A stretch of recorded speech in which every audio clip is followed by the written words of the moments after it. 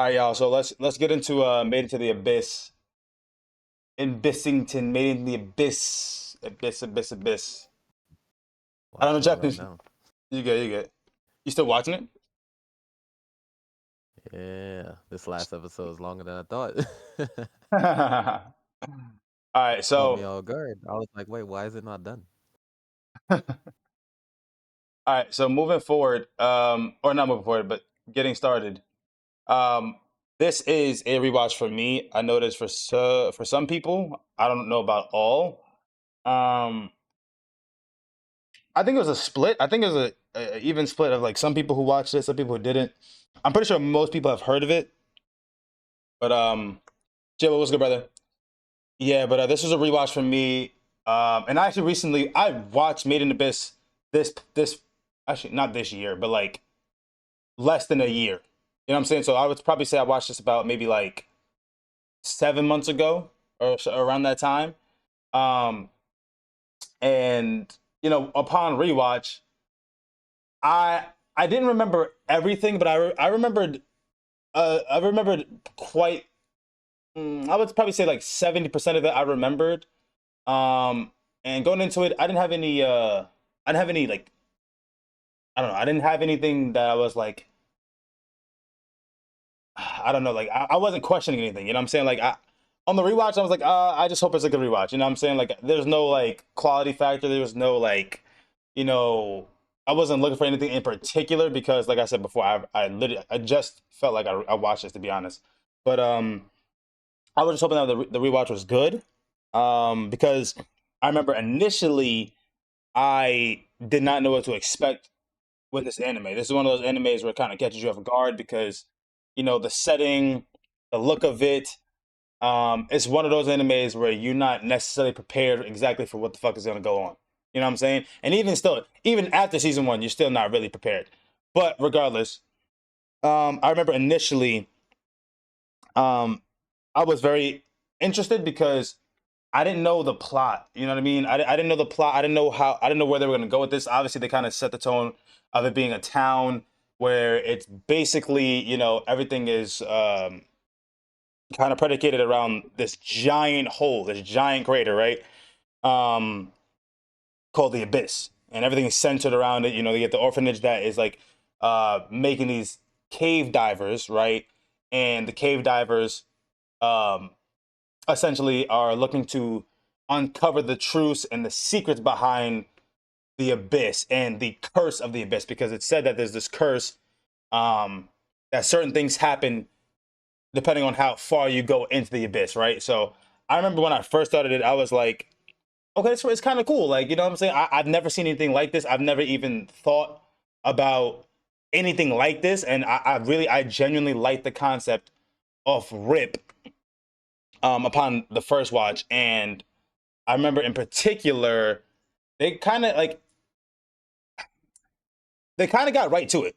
Like in my opinion, I felt like they got right to it. Like there really wasn't like in terms of curiosity, in terms of like them piquing your interest. I felt like nah, no face cam today. I felt like they got right into it, even though on the rewatch I felt it was a little bit slower than I remembered. Obviously, because I know what's going on now. So like there's a lot of like maybe surprise factors that obviously weren't surprising. So it was a little slower on the rewatch, but I will say they get right into it, and I do enjoy animes that kind of skip the whole like not I won't say skip, but I do like animes that will jump you into what is going on and then like explaining it. You know what I'm saying? Now when they jump you into it and have no detail, that's where I kind of don't like it necessarily. There's certain ones that do it good, but this one in particular piqued my interest off rip. You guys are free to tell me how you guys felt. And I've watched it, then like the chibi art form, then backtrack. Um, yeah, honestly, the animation wasn't a problem for me. I've seen, I get it. It's definitely a different style. It's definitely like um different animation than what people are typically drawn to or used to. But it didn't bother me really. Yeah, this is my rewatch. And I remember the one clear criticism I had of this anime was indeed like the character art style. But it wasn't like that big of a deal, but it was like my one thing. I was like, damn, this would be so much cooler, if they look cooler. But yeah, I when I first watched this and on rewatch, it caught my interest right away. I read a lot of comments saying, "Oh, it starts slow, it's boring, blah blah blah. When does it get good?" But I'm like, bro, like where is your curiosity? There's this big hole. They're talking all this crazy shit that comes out this hole. There's layers, and they're giving you like these brief descriptions of what happens when you reach certain layers. And I was interested off rip. And this show does like a really good job with the atmosphere. Yes. Like even even episode 1, just the town with the big hole there. Like I don't know, the way they do atmosphere in this show, it just hit different. Like it makes me feel immersed. There's Facts. a lot of No, shows honestly. where there's a lot of shows where there's a lot of shit going on in the environment, but it don't really make me feel immersed. But this show does it. I enjoy. And it's I been have a a water bottle with while me right now. since like a show I had got you. me immersed in the atmosphere. So shout out to this show for that. That's Yep, it. go. Okay. Okay. I just want to make sure you're finished. Yeah. No. I will agree with CJ. This is one of the few animes that actually made me like he said, make you feel immersed because while the art style of the characters may not be great or to someone's liking or it might not be among the better anime styles. I feel like they do a great job with the scenery, with the creatures, with the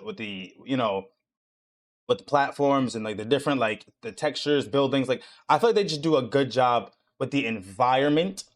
And like it feels like captivating because of the whole mystery behind it. You know what I'm saying? And I feel like they generally do the environment good. I feel like it's detailed. I feel like it's well like just depicted. You know what I mean? Like I don't know if people understand what I mean by that, but like I feel like it's just well depicted, regardless of how the characters themselves look. Because I'm not gonna lie, like is this my favorite art style? No, but at the same time, I didn't really have a problem following it.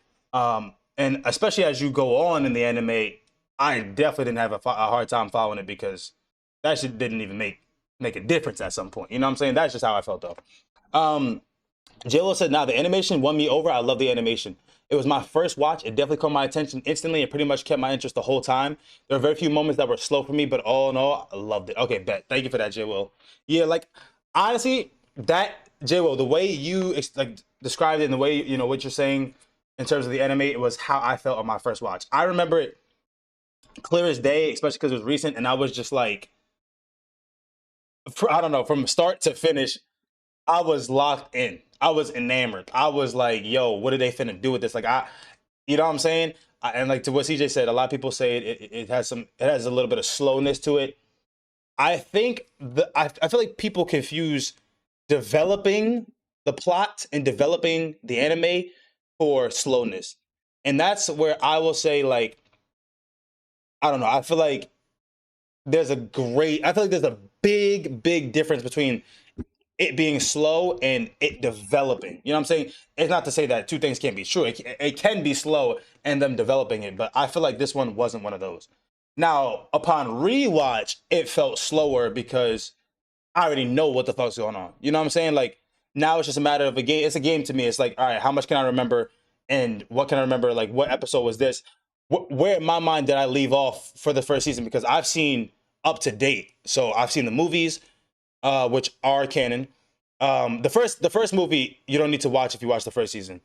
Uh, if you do watch the first movie, you still need to watch the first season. But regardless, I'm up to date, so I was kind of just like trying to figure out where they left off because I forgot where they left off.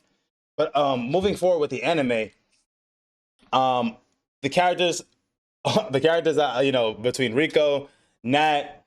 Shiggy, um, Kiwa, Kiwi, or whatever, the baby of the bunch, basically. Um, I like the characters, the leader, you know what I'm saying, the teachers, like the priest, whatever. Like I liked all the characters. There wasn't anything that rubbed me the wrong way in the beginning, or actually for that matter with the characters. There's not much that rubbed me the wrong way, um, as as you know I don't know. I don't know. I'm one of those people who like I do look for characters, and I'm not saying they make or break, but in the beginning, I feel like the characters were good. I feel like I liked them. I enjoyed them, and like we were saying before, off rip, you know, you have this picture, or not picture, but you have this setting where it's Nat and Rico, and they're doing this thing called cave diving, right? And they're looking for relics, and Rico's on a mission basically because she's trying to get higher in ranking, and they rank them in whistles. Make big, it was good, bro. They rank them in whistles, so it goes what is it? What's it goes red whistle, blue whistle, purple, black, white. Okay, and all the little kids, you know, in the orphanage, you know, it takes place at the orphanage. They're yo, Make Biggie, thanks so much for the 13 months, man. Appreciate you, brother. Much love, man. Shout out to Make Biggie for that. But yeah, it starts off at the orphanage. You know, they don't really explain how everyone got to the orphanage, but it just takes setting in the orphanage, and everyone's kind of like being developed into these cave divers. And off rip, you have Rico and Nat, and they're looking for like these things called relics. Relics are just brought from the abyss, from the hole of abyss, or whatever you want to call it, and it's brought up.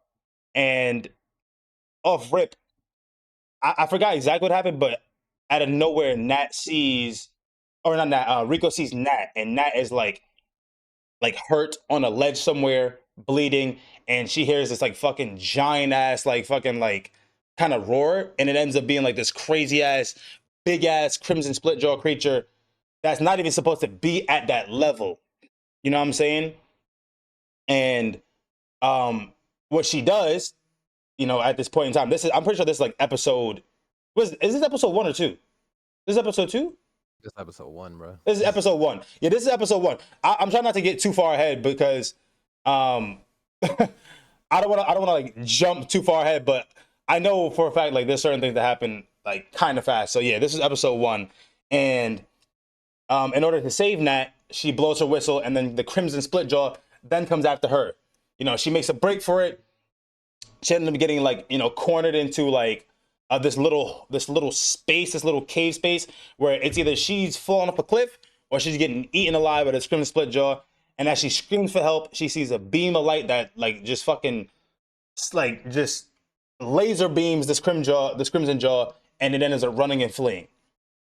Now, when she goes to investigate where it came from, you know what I'm saying, this light beam that like it literally just incinerates it.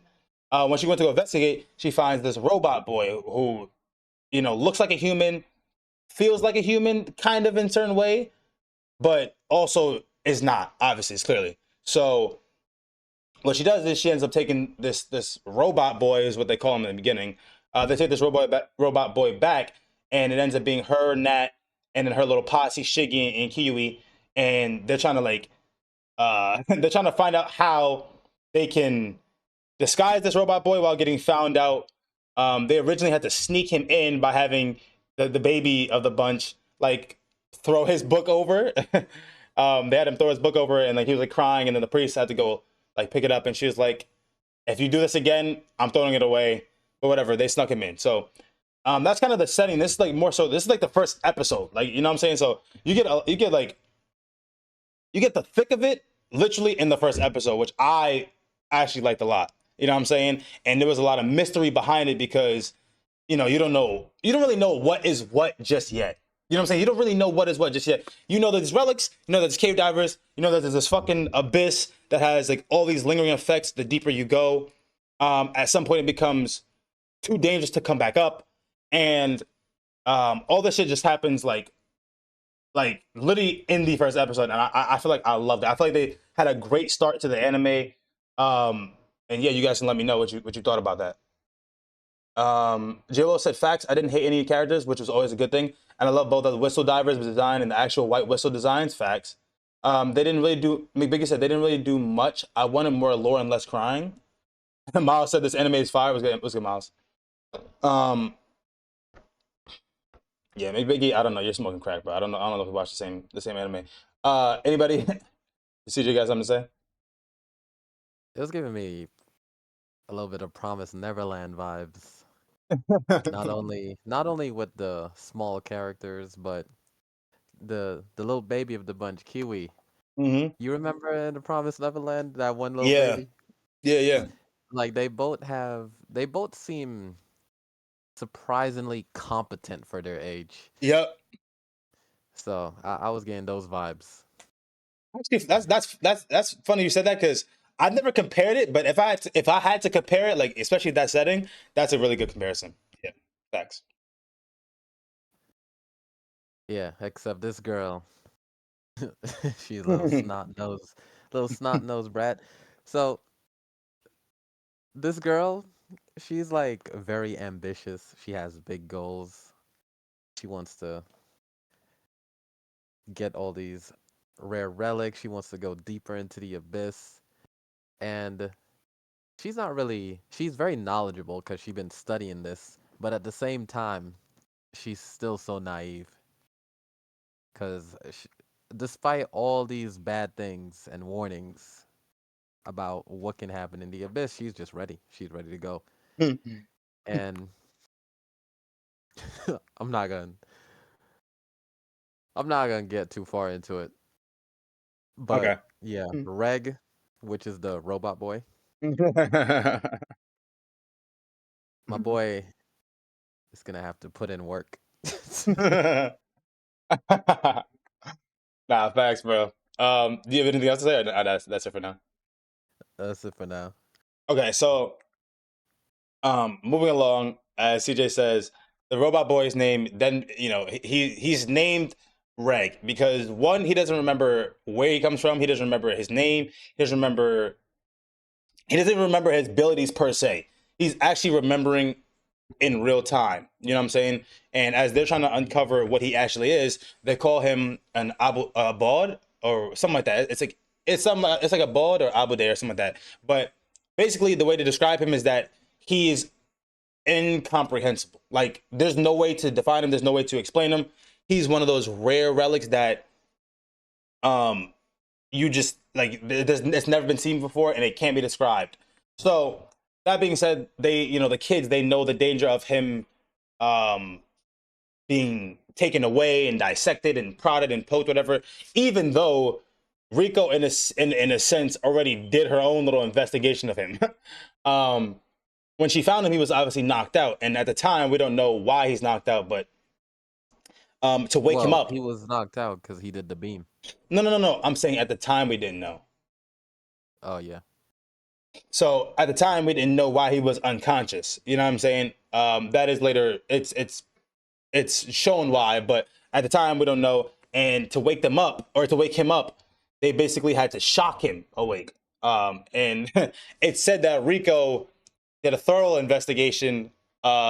Basically, his skin is like rubber-like. He's warm like a human, has some human characteristics, so he looks like them. But he has arms that are like robotic arms that like can stretch out like 40 meters. He can blow a fucking incinerator cannon from his hand.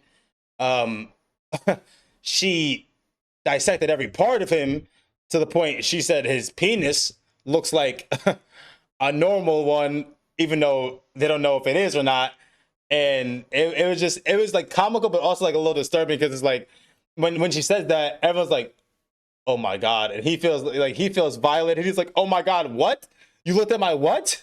And it's a funny little comical skit, whatever. But this this kind of set the tone for that anime because it's really like it's one of those animes where it's like desensitized to like it's desensitized to like disturbing things. I'll say that. Like there's some disturbing things that happen in anime and that you really can't even be prepared for. But this is one of their ways of like kind of preparing you for it and also throwing a little bit of comedy. But moving forward, basically, as CJ said, Rico is this ambitious girl, and her mother is actually one of the most legendary white whistles ever, right? You know, they have a day after her, a festival even, because of her contributions to the society, to the culture and everything, where like they don't know whether she's alive or not, but what they do know is that her whistle was still intact. So, you know, fast forwarding, they have Reg become a student. They gave him like this little story, whatever, for him to become a student so that he can like be with them and they don't have to worry about him being taken away, yada yada. And you have this the festival, or actually you have the day where these black whistles come up. It's her uncle Habo, and he finds, or he has Rico's mother's whistle. It was uncovered by another white whistle that was with her, and this kind of like starts the whole. This kind of like starts the anime. Like there's no like the anime actually didn't even really start until this point in time, because when the whistle is explained, the leader was a disciple of Rico's mother. Um, her name is what was her name? Liza. Yeah, Liza the Annihilator. That's what they call her. So The Annihilator. which is a fire ass name. There's only a certain amount of white whistles in history, let alone active, because it's that hard to become a white whistle. So, that being said, the leader finally explains to Rico her beginning, because Rico is now obviously she's like the legendary Liza the Annihilator's daughter, but she was a stillborn, and she was actually born and made in the abyss. Um, the reason why she's even alive is because she came from this like relic. Um, I forgot the name of the relic, but she was alive because of this relic that she was stored in when they thought she was dead, and it ended up like I don't know, like I guess like bringing her back to life. To some extent, it brought her back to life, and the leader gets into like explanation about her mom and how she was born, and this kind of like makes her like super determined, and she determines that she wants to take a dive into the abyss. Now, because of the uncoverings of the Black Whistle Squad, they found a letter that was said to be from Liza. So they have drawings of creatures, drawings of layers, and different depictions of the abyss. And there's a letter that says, "Meet me at the bottom," basically, right? And what Rico takes that as is that it's a letter from her mother. Whether we know or not, it is. She takes it as a letter from her mother, and now she wants to go and dive the dungeon. Okay. Um. So here we have, some people are with it. Like everyone's basically with the idea, even though it means that she may never return.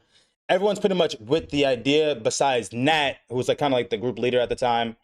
Oh, I don't know if he's necessarily the group leader, but he's kind of like he's like one of the brains of the operations, we'll say. And he's super against it. Reg is down because Reg is like, I need to know where I came from, what I am, and he's down to go with her. And the only person that's trying to stop them is Nat, because he's like, this means we'll never see you again.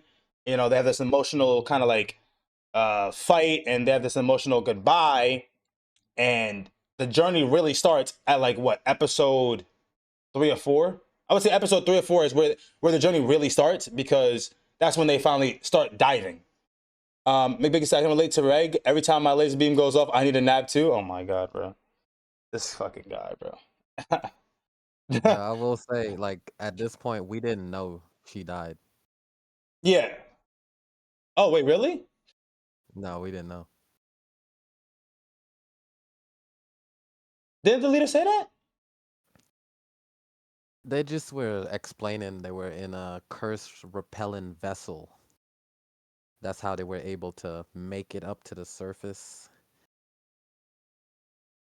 Oh, okay, fair, fair, fair. I And thought he explained that the some of the curse still affected her eyesight. That's why she needs that's glasses. what she needs glasses. Yeah, okay, okay. Okay. Yes. Thank you, CJ, for noting that out. Yeah, yeah. We don't find out until later that she was stillborn. Okay, yeah. So that's my mistake. Um, I won't jump ahead to that, but yes, in the beginning, he doesn't tell her that she was a stillborn, but he tells her that she was carried in a cursed vessel. Okay, bet. Okay, perfect, perfect. CJ, would you like to chime in? Yeah. This is where things really heated up when she got the message that's allegedly from her mom, who's at the bottom of the nether, the abyss, basically. Yeah. And this is crazy in so many ways because first we think her mom's dead, but then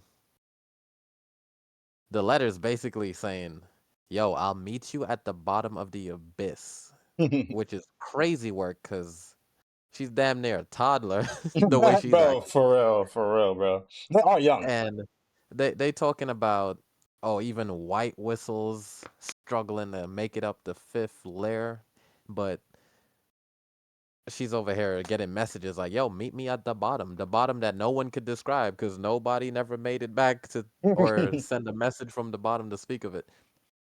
So this already off to a suicide mission, and then on the next crazy part is the fact that how is her mom at the bottom? Like she just over there casually writing messages to little girls like, "Yo, come down. The party's great down here." Like like what the hell is going on? But of course, our fearless main character with a heart of gold and goals beyond her reach is off on an adventure to reach the bottom with her trusty robot boy who's expected to carry this zero point 0.5 KD player. 0.5 K. That's crazy. Yo, I'm weak. Go ahead. Yeah, my boy is gonna have to do some straight carrying because although she's smart, we have not seen any real strength from her. There's no real skills that's gonna save you from the shit they was describing that happens in the abyss. And they talking about, oh, you possibly can't come back out once you reach like layer 4, 4 or 5. yeah. I'm like, okay, bro. Like Robot Boy, I don't know what your kill that ratio is, but you got to do some carrying, my boy, because Bro's working we overtime. know. We know unless this show is some show with power-ups where they turn Super Saiyan, Rico's about to get carried. I'm dead. That's all I'm thinking the whole time. Yeah, I'm weak. Now, honestly, real quick to to add something on. I will say that that really became even more apparent on the second watch for me because in the beginning, I'm just enamored with where this is gonna go. You know what I'm saying? Like I remember on my first watch, I was like, okay, bet, like let's get to it. I'm just like, yo, let's get to it. Let's get to the fucking to the cave diving. Let's get to the different layers. Like, I'm ready to go. I'm Yeah, suited, that's how bro. I felt too. But on rewatch, I'm like, yo, you about to get carried. Yo, on rewatch, I was like, damn, yo, Reg was really fucking playing not on me fucking cosplay, bro. Straight up. Like this motherfucker is Mr. Overtime for real, bro. Cause Rico don't know how to do a damn thing besides like cook a fish. I'm like, nah, Cook a fish. she is no, she. Let me stop playing Rico. She is very knowledgeable, but at the same time, she almost got packed up day one. So every day finna be a fight to the death for fucking for my boy Reg, bro. It's Reg and company right now. But go ahead, continue. Yeah, they make their descent and like off rip when they got down there, like she was already passed out. Shorty needed a nap on the way down. So when they got down there, Reg set up his arms as like a fence around them while they slept, which I thought was cool. Yeah, I thought that was sick. Didn't know he could do that. Like them arms extended a lot. He made a whole fence, and apparently his arms are like super strong and shit. It's not just steel. It's like some kind of crazy fibers. But yeah, so I'm like, wow, bro, we just descended and she's already napping. Like I'm like, bro, we're cooked. We're cooked. There's no hope. And they're trying to like once she gets up, they're trying to keep a pace to so that the people from the orphanage don't catch up and bring them back. So they're trying to keep up the pace and make it out that beginning layer there. And as they're going through that lair, Reg notices someone chasing them. So he starts speeding up. They start using his arms to descend faster and swing. And the person that's chasing them is just catching up. Like they're not even closing any distance between whoever's chasing them. Like this guy is just catching up. And turns out it's Uncle Habo, is that his name? Yeah, Uncle Haba, And Black Whistle. that's like the first part of the show where it's like, okay, bro, there's clearly like we know there's levels to this, but Yeah. this really showed the levels to this shit because he's a Black Whistle, and we're thinking Reg is going real fast, and this old man is just on demon time, catching them easy, light work. This man is just moving like freaking, I don't know, he's moving like prime Usain Bolt out here. He's just flying through the whole environment, catches up to them, and I'm like, damn. So what the hell we doing as white whistles out here? Like, Yo, for real. if this is a For real. black whistle old man, like, what are the white whistles? What type of time they on? Because this is wild.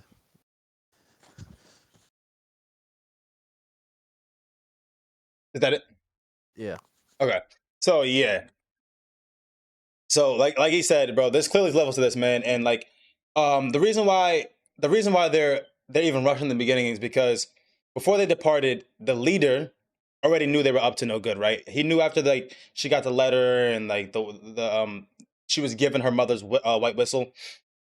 He knew that she was gonna be up to no good and being diabolical. So he snuck a copy of the layout of the abyss and a red letter that says you have until like I think like daybreak or you have until something whatever, and we're coming to find you. So this was already a test slash like contest or a race against time, if you will. You know what I'm saying? So they already had to like be moving and grooving. Like they already had to fucking like dip and be fast about how fast they got to like the first camp. You know, the first camp was their first goal, which is in the second layer, right? And out of nowhere, Habo just make it look easy, smooth criminal, pop up on him like, yo, gotcha, bitch. Like, you know what I'm saying? Reg is like dumbfounded. He's like, bro, what the fuck? He said, I just descended like 18,000 meters, bro, and this motherfucker done caught up already, bro. What the fuck is going on? And then this is how you know there's levels to the shit, bro. But Uncle Habo wasn't even there to stop them. Nat and Shiggy had went to Uncle Habo, told him of what was going on, and they wanted him to escort Reg and Rico to the first camp. But Rico said, "No, this is a test. This is our chance to prove ourselves that we belong here, that we can do it, that we can make it. So, we thank you, Uncle Habo, but I'm gonna need you to pack it up. We're gonna go by ourselves." And Uncle Habo said, "You know what? I respect it. You know what I'm saying? Do your thing. I'll be wishing for your safe return." You know, he hugged them, gave them words of wisdom, and he had warned them. He had warned them, right? McBride said messed up test. They're gonna die because of it. Nah, honestly, I feel like every test in this was like a test of like, yo, if you gonna get packed up or not. But Uncle Habo had warned them, and this is our first kind of introduction introduction to certain things, right? I won't say much, but introduction to certain things. And Uncle Haba's like, yo, I need you to look out not only for the layers, but I need you to look out for these white whistles, okay? And he said the white whistles, and he said one in particular you need to be careful about is Ozen, the immovable, okay? She's the white whistle that helped carry you along with your mother, while everyone, you know what I'm saying? Like, she's the one that helped carry you back to the surface, and she's eerie. We'll say eerie because he didn't really give a description of her. He just said she's eerie. She's like an eerie one, and she's also, I think, the most. I think she's physically the strongest of all the white whistles. So now, Rico and Reg, they're making their way to the second camp, and they see a lot of different things. Whatever, they're descending. They see what it is. What did trying to think. What was their first like test? Oh, this is their first test. Okay, bet. this is their first test. So, upon trying to get to the second camp, and correct me if I'm wrong, I think this is their first test. They hear a cry for help, right? Am I right? Yeah. They're okay. So they hear a cry for help, and first it's only Reg that hears it. He's like, "What is that? What is that sound?" So then he's like trying to get closer to it. And then obviously as they get closer, even Rico starts to hear it, and they hear like a cry for help, and it's like this old man voice that says, "Help, help." And then when they finally see what's going on, it's this fucking man-eating, mimicking fucking bird that is literally on demon timing. It mimics the sound of its prey to lure prey in to pack them up. So already we like, oh shit, bro. Oh fuck, we finna get packed up, bro. We finna get packed up. There's no way. It's already eating somebody, and you could hear it crying for help. Like you can see it, you can hear it mimicking the cry for help. As it's already packing somebody up, it then locks on to see Rico and Reg, and they're like, oh shit. And out of nowhere, another one comes from behind, blindside these motherfuckers, and tries to swoop in and get and eat them, basically. You know what I'm saying? It's basically trying to take them to the nest to be eaten by its kin. And Rico tries to protect Reg. She ended up getting taken away. So she's getting thrown in the air, flown to the nest where she's about to get fucking devoured. Reg is like, oh, fuck my life. It's not even 2 seconds after we saw Uncle Habo, and it's about to be GG's game over. Pack it up. Then, as he's trying to shoot his arm, you know what I'm saying? He's trying to shoot his arm at the bird because it's still within reach. There's other birds coming out of nowhere, slapping his shit away. We got like 16 birds, okay, that are just now swarming Reg, stopping him, trying to also eat him and poke at him. And he's trying to save Rico, who's getting further and further away from being saved. His only last line of defense, he's just trying to think, what the fuck can I do? He's panicking, he's losing his mind. And then out of nowhere, he kind of remembers, oh shit, I got a beam on me. I got a cannon on me. This motherfucker absolutely, I don't know if you want to call it special beam Piccolo cannon these motherfuckers or what, I was bro. about to hit that. Bro, he special beam cannon the fuck out these birds. When I tell you bro, not only did he obliterate the birds on him, the 16 birds on him, the one bird that was in the middle of it that was already trying to lure them out, and the bird that was carrying Rico, and the nest, and the trees. I'm telling you, he leveled a forest, bro. He leveled a forest. Thankfully, he didn't hit Rico, but he leveled a forest along with like 19 birds, and then was Captain Save-A-Ho, got to her, got them to safety, and you know what I'm saying? We're like, oh shit, what the fuck is that?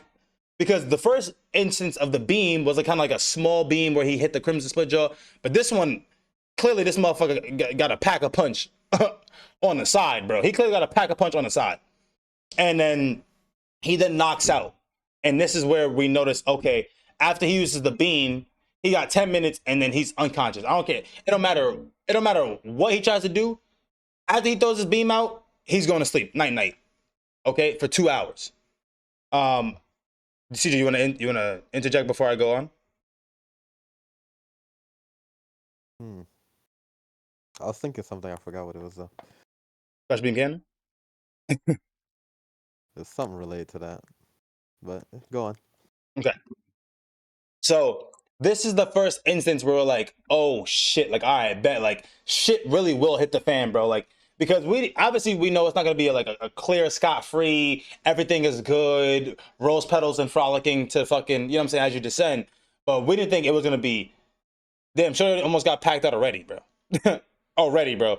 I remember when I first saw this, I was like, oh shit. Like, we got some action on our hands, bro, because I didn't know if this was going to be one of those animes that actually had action. You know what I'm saying? I didn't know what they was finna throw at us. So I'm like, okay, bet, like, what are they finna do with this? How are you finna save this hoe? And lo and behold, Reg is just being Himothy the Third. You know, that's what he does. You know what I'm saying? This is what he does, and what he always does. He's Himothy thy Third. King Regulus. Yeah, for real. King Regulus, for real, for real. So now on the rewatch, I'm like, I bet. obviously I remembered it, whatever, but I liked seeing that scene again because I think that was a dope scene, and it just shows the severity of the situation they're in. Rico is helpless. She's straight up helpless. Helpless. Like she can't do shit. Like we know she can't do shit, but then now this is reinforcing. Like yo, like this is we didn't even get to the second layer, bro, and we finna get packed out. How the fuck is this finna go from now on? And now they finally get to the second layer. And the second layer, they notice that like the wind and the water is flowing opposite, right? It's flowing up. So they're like, what the fuck is going on? They're flowing up and everything kind of seems distorted and like, it's kind of like it feels like it's like reverse. Everything's reversed, right? And as they're looking for like where the camp could be, they're in like this little tree bush or whatever you want to call it. And they see like these little monkeys that are throwing shit at them and they're trying to fucking get to some type of safety and get away from them because these monkeys are like territorial or whatever. And skipping forward, nothing really happens. They end up just basically kind of like going from like area to area until they find the camp. And this is where shit is really about to pop off. Does anybody have anything to say? CJ, got anything to say? Yeah, about this camp pull up here. Mm-hmm. When they This is where like when you first watching this, there's so many questions.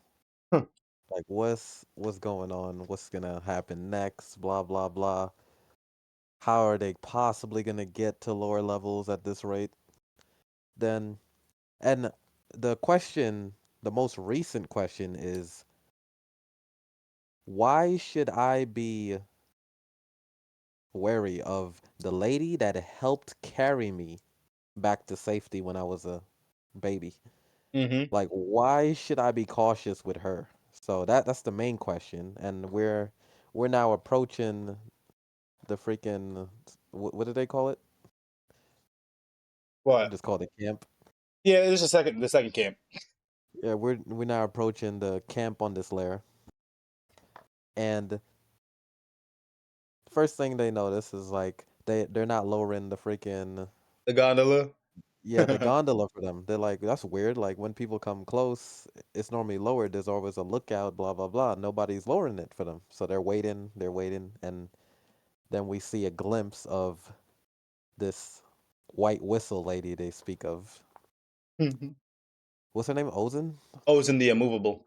Ozen the Immovable. She's looking down on them, just like has an attitude on her face, and she's like, ugh, basically like, ugh, there she is, Well, disgusting, re- like, ugh. well, remember, And because they're in love with the gondola, what's in the Reg tried to like zip line them up there with his hands. yeah, he tried to get up there with his hand, and he noticed someone grabbed onto it, and then you see her over there holding his hands, and she's just looking down on them. She recognizes Rico immediately, and she's just like, "Ugh, disgusting!" Like, and now I'm really confused. I'm like, "Bro, what you mean disgusting? Like, you help carried her from like the fifth layer. Like, what are we talking about, bro? How did you do all that just to be a hater? Like, I don't understand. How you hating on a toddler? Like, what's going on? Go This shit don't make no sense. So now I got more questions, and I'm interested in what the hell's about to happen right here. ahead, continue. Dun dun dun. Yeah, so we get inside and basically like the little Auto, auto. Ozen, she has like a what seems to be like a little apprentice who's the lookout, and she's also like around the same age as Rico, which was surprising because I'm like, what's another toddler doing deep down here? So that was interesting. And Ozen immediately like she like semi showed interest in them, but at the same time, not really. She just basically said, "Oh, like you can talk to my little apprentice. It should be easier for kids to talk among each other." I am curious on how you freaking scrubs managed to get this far. and then she walks off, and you're like, wow. So she just called us disgusting. She couldn't be bothered to stay more than a minute in here and talk. Like she just dismissed herself. She's gone. It's like, damn, what the hell is actually going on here? Let's see what happened after that. So now this is where like the toddlers are talking basically, right? And they're trying to get to know each other. They're talking about the relics. Like there's a bunch of useless relics that like Rico was like seeing. Uh, and they're comparing them. They're all like egg shaped around that layer because it's just like common relics. Um, this is where what is it? Reg asked Maruk, or I forgot how to say Maruk's name or whatever the case may be, but they asked Maruk's like her, or actually we think it's a girl at first, but I'm pretty sure it's a boy. First, just a little boy who's just who's uh a little. I think he's like just a little feminine. You know, I think he's a little, I think he's a little femboy. If what I drew a conclusion to was like correct, like from what they were saying, I'm pretty sure he's just a little boy. That's the feminine boy. You know what I'm saying? That's just what it is. And they asked her kind of how she became an apprentice with Ozen. Basically, Ozen found her abandoned and shit like that, whatever, and then like took her in and said that she was gonna make her apprentice because she's like susceptible to like light, whatever, so she can't go back up to the surface because it'll hurt her, and she basically has to live in the second layer. I mean, I'm sure she could live deeper, but she basically has to live in the second layer forever. You know what I'm saying? And when they were about to go take a bath, and when Rico went to go take a bath, that's when Reg asked Maruk, "Are you a boy or a girl?" And then they like they like kind of skipped forward to where they were explaining what they are to each other between Reg and Maruk was like, "Oh wow, that's never been done to me," because Reg was explaining how he's been poked, prodded, and fucking dissected, not dissected really, but like how he's been poked and prodded and fondled, um, by Rico and shit like that. So yeah, that was pretty much like the toddler interaction. Um, Maybe. J. Will said Owen's the dog. I look, he was wondering if Owen had any relation to the lady who runs the orphanage since her hair was very similar. Okay, okay. Okay. That's what's up. Oh wait, CJ, you thought that was her first? You thought that was the priest? Like on The sister? see when I started my rewatch, it was three things I remember. I remember how episode one goes. I remember this weird white-haired strange figure who's Okay. Ozen the immovable, and I remember like certain certain tiny details of what happens on certain layers. But when I first seen the orphanage lady in episode one or whatever, I was like, wait, is that her? I was like, is that Ozen the immovable? That's But fair. yeah, I was thinking that No, that's fair. That's a fair they have assessment. a really distinct freaking look. I know because they're just both fucking mad at the world, bro. They're both mad at the world, ready to beat somebody's ass, bro. Straight up. Um, and after the toddler talk, this is kind of where like shit got real, like really real. For the first time in the show, this is where like it was like, oh, okay, we might be moving a little wicked here. We might actually be headed to like some wicked shit. Go ahead, CJ. Yeah, this is where we get into the nighttime scene where Rico is wandering around, stumbling room after room, kind of a little bit lost. Finds a way into a room where there's this freaking creature in the dark starts moving towards her. And then it comes into the light, and you just see like this weird, almost animal shaped figure Yeah, crawling like towards her. half body. It looked like a, yeah, half body animal, but with skin of a tree. and it's just crawling towards her, and she's terrified. She runs back to her room. She freaking goes underneath the covers with Reg, which I found this interaction odd. This was one of the odd things in the show on rewatch. I'm like, yo, if you just seen like some demonic figure, why are you running underneath the blanket, my guy? You have all these ambitious goals. You're gonna fight all these big bad creatures, and you're in the safe base, and your survival instincts told you to go underneath the blanket. Like you didn't think to go find Ozen, wake Reg up, it's battle time. Like you went underneath the blanket and slept this shit off and pissed the bed. Well, remember, she had to pee before that. That's how she found it. She was Yeah, trying to yeah, go to the yeah. bathroom. She was trying to pee, but the fact that she even fell asleep, bro, it's like, hello, there's a demon in the house. Hello, I Yeah. just found that interaction really weird. It didn't make no sense to me. I mean, it goes to show that they're still kids. Yeah, goes to show they got no business down here. Oh, go But ahead. yeah, so morning comes after they point out that she pissed the bed and blah blah blah. She starts explaining what happened, and then that's when Ozen comes in, and she's like, "Ooh, sounds like you're having an interesting conversation. Let Ooh, me get in I on got, that. I got the answers. Follow a player."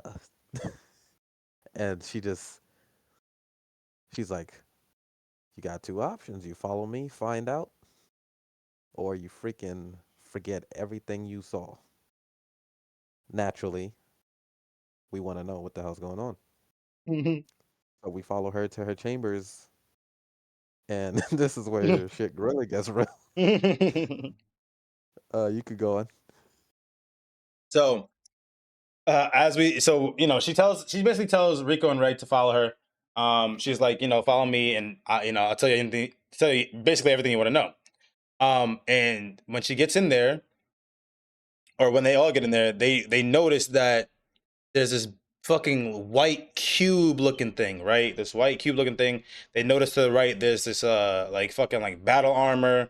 Um and for whatever reason, Odin starts getting real ominous, real fucking twisted and distorted with her face and shit.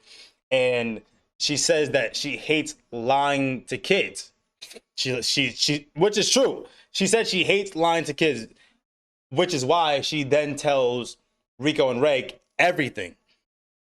She tells them how much she despises Rico because when Rico was born, they had to abandon everything, all the insane rare relics that could have contributed to society. They had to abandon the rest of their comrades that were dying. They had to abandon basically all hope and everything in order to carry the stillborn, who was stillborn, you know what I'm saying, Rico, that then ended up becoming alive. You know what I'm saying? Ended up like becoming alive due to the fucking cursed vessel, which was the white cube thing. And she kind of explains a little bit about Liza, about how Liza met the father, Torka, who was this fucking wimpy, scrawny, fucking like dork. um, Torka was a part of Liza's team. They got married. They had kid. Torka died. Kid was stillborn, and then that's when the whole Chris Vessel thing happened. And it seemed like Ozen resented Rico because of the fact that like there were so many things that could have happened and that Liza lost just to make sure that Rico got back to the surface, right? So there was kind of like this little resentment, and upon like telling them that, what was it that triggered something that triggered what triggered them? Something that triggered Reg and Rico. What was it that triggered them? Well, before that, I just want to say it was creepy as hell when she said Rico was dead, but she came back alive, and she started crawling toward the center of the abyss. Oh yes. Yes. She She did says explain that. everything that somehow comes back alive, moves toward the center of the abyss, like all the freaking abominations, and that's Yep. part of why Rico discuss her. But Fair. Yeah, it's fair. Reg was just basically like, "Oh, like how you saying this stuff? Like, bro, you're being so mean." And he, she, she like started going towards Rico to like interact with her physically, and Reg Yeah, grabbed yeah. her arm, Facts. Okay, facts. and then she grabbed his arm back, And and swung him around like a fucking toy, like a rag doll. yeah, bro could not like get his hand away from her. And when she finally let go, he's like, "My hand is creaking." His Yo, metal is all broken up, creaking. It's like, damn, her grip is crazy. no facts. And this is also where we get an instance of like white whistles in a different manner because so when Reg tries to go like restrain Ozen from getting close to Rico, and Ozen then like kind of like fucking holds his arms like, listen, you ain't gonna do shit to me, like this ain't nothing for real. um Before she put on her suit, her battle suit, it revealed Ozen's arms, and Ozen's arms look like a little abomination, like it's like it was fused with fucking beasts and creatures, bro. And it goes to show it's like, oh shit, there might be something more to these white whistles. Like Biggie said, white whistles are just freaks with no restrictions. Pretty, I won't say too much, but pretty damn much. Okay, this is how, and even Ozen said it herself. This is how she became to be the Ozen, the immovable, because she not for real. She's low key not human for real. You know what I'm saying? She's low key not human. So she puts on a battle suit, and now she's like, "I'm gonna teach y'all a lesson because y'all don't seem to understand." So now this is where she starts beating the shit out of Reg. She's tossing, slinging, slamming, hash slinging, slasher, just bodying Reg left and right, right? And to get her to stop, Rico is like, no, please stop, please stop. Runs towards her. She plucks Rico, literally plucks Rico, and Rico fucking flies into the wall, bleeding from the head, unconscious. Like, just absolutely, bro. No, it's not Greg. No, Greg. It's not. It's Reg. R-E-G. R-E-G. No, not Greg. Um, but yeah, she flings fucking Rico to the wall, and this Reg is getting really mad now, and he's trying to fucking like fight her again, and he's trying to beat her up, whatever. And then he's like, "Fuck this shit, bro. She's a threat. I don't care what I have to do. I gotta blow this bitch sky high." He starts to load his incinerator special beam cannon, and fucking Ozen points his arm towards Rico. This is where I'm like, this fucking see you next Tuesday, this psycho bitch. What the fuck? And Dedos was about to blow Rico's head off. Like, yo, straight up was about to blow Rico's head off until Reg had to kick his own arm up for the beam to fucking put a hole through the roof. And I'm like, I didn't remember exactly that exact part, but I remember me not fucking with Ozen in the beginning, and it happened all over again. I'm like, this fucking Yeah, crazy psycho bitch. I can't stand this cunt. Fuck her. it happened Fuck all this over bitch. again for me too. All over again. I'm like, what? When she suited up into her outfit, it was pretty sick. Nah, bro. She was because I knew some foul shit was about to follow. I didn't. When she put on the suit, I was like, GG's, GG's, bro. This is fucking crazy, bro. And it was so diabolical, so wicked that the little helper, the little assistant of Ozen's ran to get help. That ass just ran to get help, and then that's when. That's another. I But like that interaction there too, because up until this point, the little helper just thought Ozen such a great, nice, kind yep. person, and now she just sees Ozen just beating up kids left and right, smacking them in the walls, laughing like a mad woman. Yo, she was And on now the demon the time. helper is like, "Oh my God, I'm out of here!" Ran out there to try and get help. It's fucking. No, that she panicked and called 911 for real. It's So like it remind me of that mom's like, my baby's sweet. He didn't do nothing, and then the baby's in the yeah. back with a gun shooting up the block. Bro, it's wicked, bro. Ozen was moving on diabolical timing, bro. And for honestly, low key, I knew Ozen like wasn't like necessarily the op, but I was like, when exactly did she get likable? Cause I'm like, bro, I don't fuck with this bitch at all. I'm like, yo, this bitch is crazy. She dead us would have fucking killed Rico. Meanwhile, she has all these attachment and ties to Liza, and she dead ass would have killed her. If Reg didn't pull that play, bro, she was body gone, cooked. And then that's when Reg ends up passing out, and they both wake up to Ozen's squad. It's a K. It's a little three Wait. man. What? Yo, when Reg passed out, she beat his ass more. Oh yeah, true, She true. was beating him up while he was Stomping him into the unconscious, ground. Yeah, stomping him into the straight ground. stomping in him. She had the Timberlands on, stomping his face in, bro. This shit was crazy. Timberland stomping is crazy, bro. Yeah, and she noticed how like resilient he was, like his body was. She wanted a round two from that laser, bro. She wasn't worried about no damn laser, bro. I'd say that much. She was not worried about no damn laser, bro.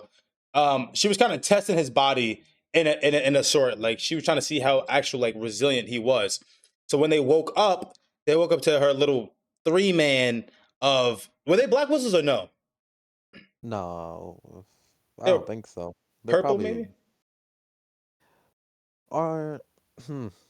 Good question. Aren't they blue? No, they're more than blue. I think purple, yeah. They're more than blue because blue is like bare minimum to get to the second camp. Because remember, when they first got to the camp, Ozen even gave them blue whistles so that people wouldn't have questions, like visitors wouldn't have questions, while a couple of red whistles were there. So I Yeah, think they were well, purple. I know her apprentice is blue. Yeah, so I think they were purple. I think they're purple, but they were well equipped. You know what I'm saying? But basically, they were kind of like, yo, like, sorry y'all got bodied. Like, we know Ozen has these fucked up tactics, but she actually doesn't mean bad. She's just diabolical with with her tactics. You know what I'm saying? The way she shows love ain't really the most convenient way possible. You know what I'm saying? The way she shows kindness ain't really typical, okay? Like she got a screw loose, and we already knew that, but like this is taking it a step further. So they was basically explaining that, and like like we were like told to sit this one out while she did her thing, but then we heard the rumbling, and Maruko was panicking, so we came to see what's up. But we promise she's not bad. And in my head, I'm like, fuck that bullshit. This bitch need to be fucking taken to the local authorities, bro. This bitch is psycho, bro. What? And she's like, well, Ozen was like, I had to make it believable. You know what I'm saying? Basically, Ozen's whole motto is, listen, if you can't endure this, if you can't handle this, how do you think you're going to make it to the deeper depths of the abyss? Which she had a point, right? She had a point. But at the same time, it's like, bitch, you was a white whistle. So like what exactly did you think this was going to solve or prove? Like, because not many people could fuck with you. So I don't know what little test that was, but it was a fucked up one at that. So then Ozen, finally started to like chill out a little bit and explain to them like, the depths or the abyss is gonna throw a lot of things at you. You have to be ready for everything because you won't be ready for everything. You have to be ready because you won't be ready. So then Ozen puts them on this 10-day survival test where they have to be out in this little forest and they have to survive 10 days. She's not giving them anything. No help, no rations, no nothing. 10 days, come back to me. If you don't, then GG's, you weren't meant for it. Okay? Go ahead, CJ. Yeah, and right before that, we see a little flashback of Ozen and Eliza, Rico's mom. Mm-hmm. And it turns out like Ozen knew Liza since she was a toddler. Like Mm-hmm. Ozen was already grown and Liza was still a kid. So that's how old Ozen is. We thought, well, at least I thought Liza and Ozen were like equal footing, same age. But now Ozen been the big dog. Liza was a little snot-nosed kid herself, and the little snot-nosed kid grew up and made another snot-nosed kid. So she just dealing with two snot-nosed kids in a row. Not for real. Let me say. So yeah, she puts them on the survival test, and I kind of remember this as I must have got it mixed up with a different anime. I remembered it as like, oh, she's like low key gonna help them in the side, Hmm. but we don't know.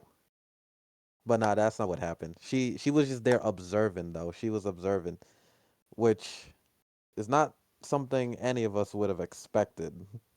Given how cold she been, I did not think she would waste her time observing them to possibly save them if they really were gonna die.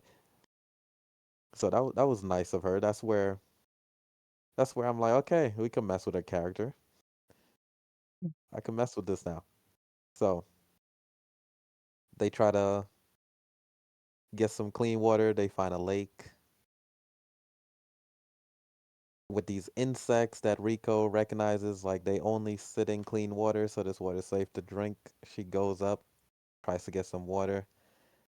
Some kind of big giant freaking hippopotamus comes out of there, tries to eat them. She's like, nope, no, can't do. I was a little shocked that she ran away from that because if that's the clean source of water, and you could, it's pretty telegraph how the monster comes because all the insects move.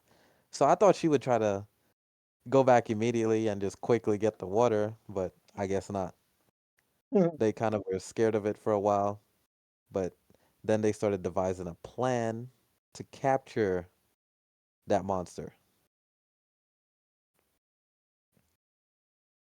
Yes, Sirski. See, am I missing anything? It was a Nah, whole lot nah, of that's pretty much flashbacks. it. Yeah, They showed that's a pretty whole much lot it. of flashbacks in between. And yeah, Rico uses her smarts, develops a strategy where they're gonna Oh, it's use supposed to be. Reg's arms. They're gonna lure the beast out with some freaking poop and stuff that has a certain scent, and It was a Reg is right. gonna So string it up. it was a rhino's. It was a female rhino's poop because it had the pheromones and stuff. So yeah, that's how they're gonna Female lure it out. diabolical. That's how they're gonna lure it Wait, out. And I wait, did you remember. see my wife calls me a hippo? I know he's smoking crack. He's smoking crack, bro. And I remember this one was in particular a good one because like this episode was good because it was Ozen and the older dude from the like one of her raiders is the older raider, the older raider who had mentioned that them by themselves lack certain things. Like Rico is really knowledgeable, but she can't do anything outside of her intellect. And even though Reg is Himothy third and can do just about everything, he hesitates too much, and his intellect isn't up to par. You know what I'm saying? Like where it could be. But as long as they lean on each other, they make a strong team and they can pick up where each other lacks. Um, so that was good. That was a good that was a good little episode. And they pretty much end up surviving the rest of the 5 days because I think it was like day 5 when they finally killed the rhino and cooked them and shit like that. Yep. Got back, made some rhino stew, ate it up. Ozen then proceeded to give them a lot of straightforward advice and secrets of the abyss, which we don't know what she said. But in this episode, we see like Ozen actually wanted them to stick around longer. Yeah. She actually wanted to like chat with them more or whatnot, but Rico is on a mission. She needs to get it done as fast as possible. So she's gonna be heading off. The next layer, I don't know, was that a layer? The place with all the holes, or was that just a On the way to in the lair. between section? Yeah, in between. That in between section was diabolical, bro. Yo, We straight we up. get a flash. We get a not a flashback. We get a like They give us the what's going on with the other side characters back at the orphanage, and they're looking at the book saying, "Oh, Rico should be about here by now." It's Shiggy, my And they're boy. looking at it. Yeah, they're looking at it, and they're like, "How the hell are they gonna get down there? It's straight vertical. Like there's no route. It's just a vertical drop." And it goes back to Rico, and we see them sliding down somewhere, and we're like, "Oh, it's just a slide. Cool, they made it." Then you realize, nah, they're still at the top. They look out one of the holes. You just see a straight vertical drop with all these flying beasts and holes everywhere. And this just got me thinking, like, how in the world does anyone make it down here without a robot? But Like, actually, facts. this shit don't make no sense to me. Cause the distance between the holes is insane. There's no path. Like, unless all these white whistles is Spider-Man out here. Like, I don't know how the hell anyone makes it down here, much less come back up. How the hell you get back up? Like, what? This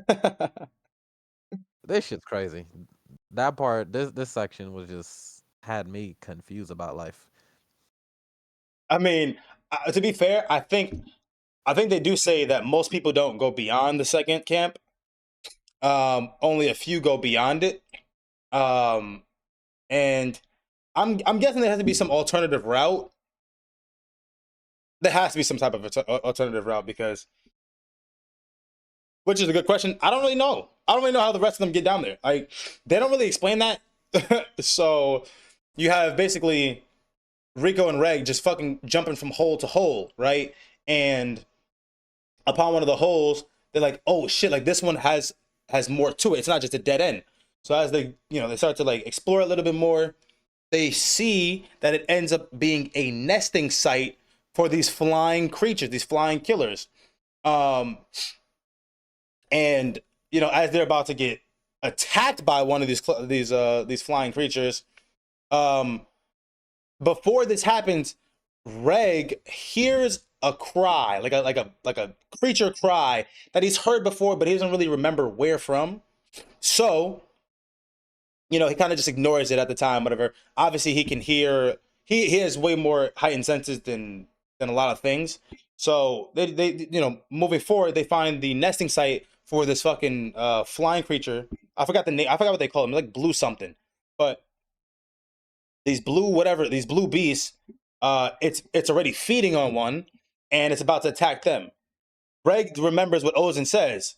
Ozen said, "You have to be decisive. So you can't spend time thinking about if I should do it, when I should do it, what I'm gonna do. It's either you pull that bitch, or if you're not confident, make a play and do something else." You know what I'm saying? So he was like, "You know what? Fuck it. I'm tired of thinking, bro. I'm gonna just blast this bitch sky high." He says, "Yo, Rico, watch my body, okay? I'm about to blow this bitch sky high. Watch my body. It's gonna be 2 hours until I'm back up and running." He blows the fucking door hinge off this fucking blue beast, and then Reg, right? Reg goes to sleep. Then we hear the cry again. The cry that we hear ends up being the Crimson Split Jaw that wasn't supposed to be on this level that attacked them in the first place at the higher up level. Now you got Rico here, all to her lonesome, with fucking Reg unconscious for 2 hours. Okay. Um, this is where she has to make a what was it? She has to make a play, and she ends up tying Reg's hands around her, and she's end up running. She then has to run for the hills. Basically, she just has to run for the hills, and she's just running deeper and deeper into this cave.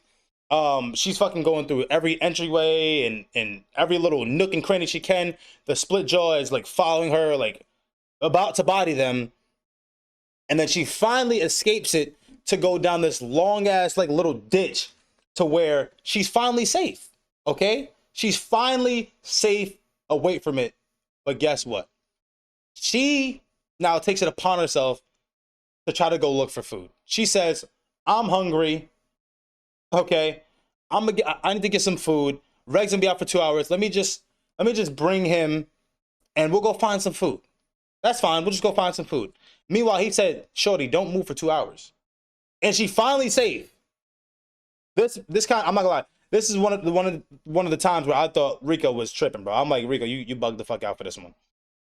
But long story short, she ends up trying to go find food. She finds the little furries. Um, she starts smelling something, right? And she's smelling this like little this berry smell that she knows what it is. And as she gets closer to the source, it ends up being this kind of like man-eating plant-looking monster that fucking lures people with the smell and then engulfs them. Now she's in this fucking motherfucker's belly with acid and a bunch of dead furries. And she's like, oh my God, fuck, I need to get out of here. I didn't put us in some bullshit yet again. Let me try to get out of here. She ends up using her knife. She literally carves her way out and ends up getting out of the fucking the little creature. And we're like, okay, finally, like they finally get a break. Okay, this is good. Like finally, we can just take a rest. You know, there's not a lot going on. Nope.